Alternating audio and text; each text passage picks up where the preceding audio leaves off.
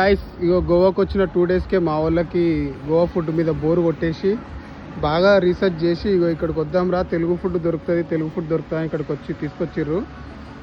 Trials of taste అంట, authentic Telugu cuisine ఇక్కడ. So ఇక్కడ we are going to have lunch. So మన ఎంట్రీ ద లెజెండ్.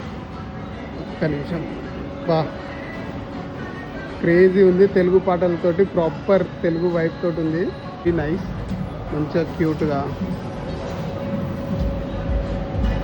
అంబియన్స్లో ఆ తెలుగునెస్ కనిపిస్తుంది ఆ పాటలతోటి. కానీ అక్కడ మన మొత్తం బ్రహ్మీ ఫొటోస్, ద లెజెండ్స్ అన్నీ అవే ఉన్నాయి. క్రేజీ అనిపించింది. My friend living legend. Ego white rice, fish పులుసు, బిర్యానీ ఇవన్నీ ఆర్డర్ చేసుకున్నాం. అండ్ అన్ని క్రేజీ ఉన్నాయి, మస్తు అంటే మస్తు బాగుంది. ఇందాక తినడానికి వచ్చే ముందేమో ఫుల్ ఎండతోటి మండిపోయింది. సడన్గా అవుట్ ఆఫ్ నోవేర్ ఘోరంగా వర్షం పడ్డది.